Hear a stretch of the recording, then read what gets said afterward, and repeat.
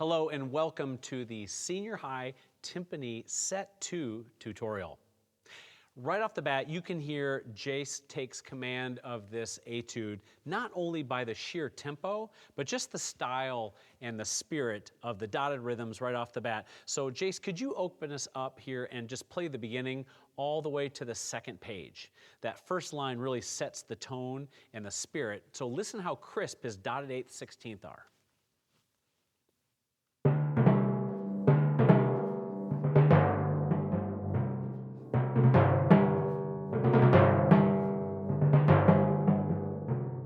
That's a really clear phrase. So you can hear he puts a lot of energy and spirit into those first ideas. Then he crafts everything that comes after it that is a little bit more gentle. There's a slow piano to forte that happens prior to A, but those are rounder rhythms. Anything square, he's really prioritizing.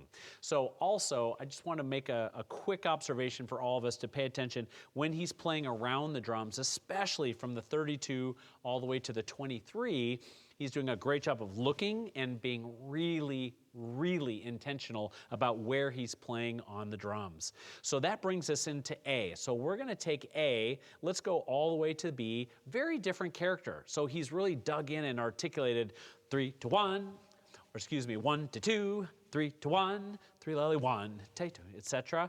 And now at letter A, he's lightening up his touch and he's showing us that this is a longer phrase that does crescendo with ornamentation. 1, 1, 1, 2, and 1, etc. So you're going to hear how the ornamentation is still underneath the main idea. In fact, Jace, could you take out the ornaments only and play 1, 2, 1, 2, 1, 2, 1, 2, stop on the next line, and you'll hear that it crescendos evenly.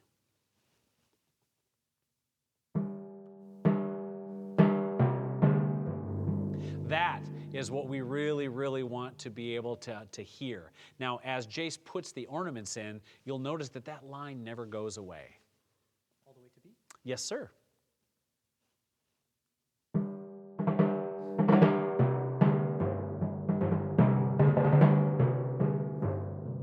So a really nice arc there in terms of his expressive qualities, but he's keeping the ornament really, really clear and digging those out, especially when we hit the 5-let there, 3 before B. 1, opportunity 1, 2, 1, 2, B.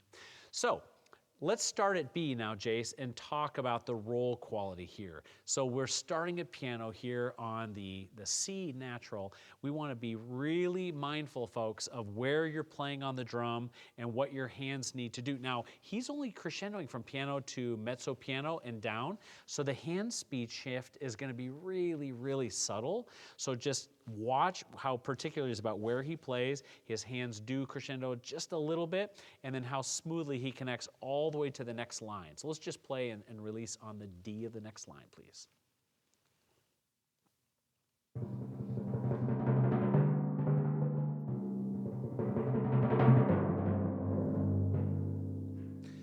So there's a lot of shifting, and you have to work really hard to move your torso quickly, but never let your hand speed get interrupted when you are shifting from drum to drum. So let's show our students how you would practice that with rhythms only and not fast hand speed.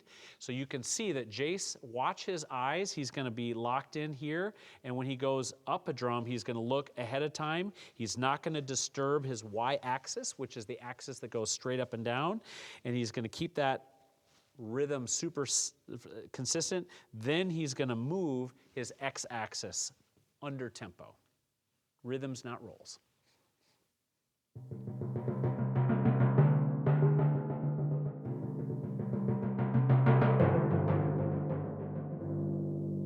If you practice like that every day and just bring that tempo up 2, 3, 4 beats a minute over the course of each week, your rolls will be incredibly connected. But it takes discipline and it takes intention, just like you're seeing Jace demonstrate.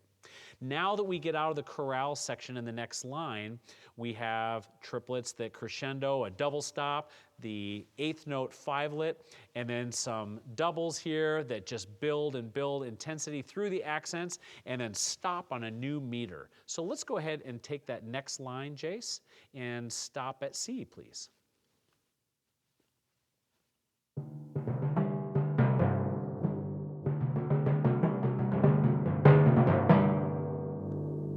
Fantastic. Did you all hear how open the fivelet is there? Could you just show us how slow that fivelet is, Jace? Opportunity 3. Great job. One more time, sir. So it's very, very open, very, very relaxed. And then as it continues to crescendo, go ahead and take the tenuto into the accent. 1 and 2, got to get a ba, and stop there. 1 and 2 and 3 and stop. Watch how his accents gain more weight and intensity as he goes to the downbeat.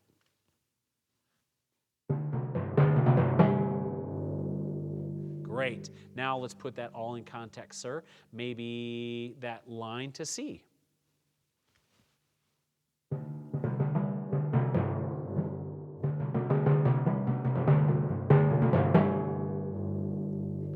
Fantastic. Now at C, we have now officially entered 6/8.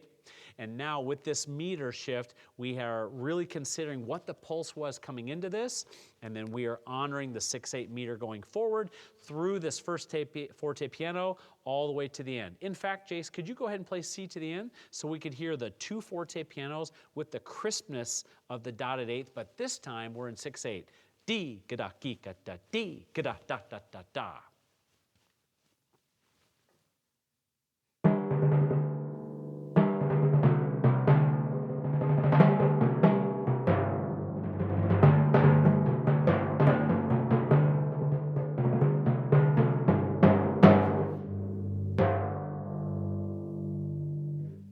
Do you hear how he let that very last note ring in the fermata? Hold it. Just be really, really focused on how much you think it should ring based on the finality of the moment. Then muffle the note, then go to the other drums, just like he did. Now, coming into those octaves, you'll see that he muffled those drums fairly quickly, but not too quickly. On timpani playing, it's really important that you never play and muffle so quickly that the tonal properties of the drum don't get out to your audience. Great. So let's go ahead and finish the whole phrase. So maybe C to the end, all in one fell swoop.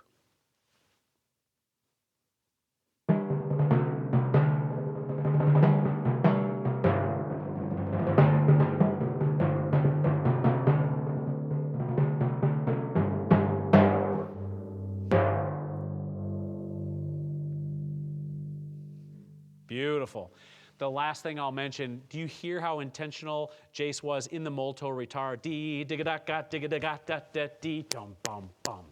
He took his time and made it very, very dramatic. So that pacing is really important for you to own and feel really good about. To recap, great rhythms, confident rhythms to show the style. Tonal concepts, look where you play, being intentional about your stroke type to get a really, really clear articulation or a smooth sound depending on what the music calls for.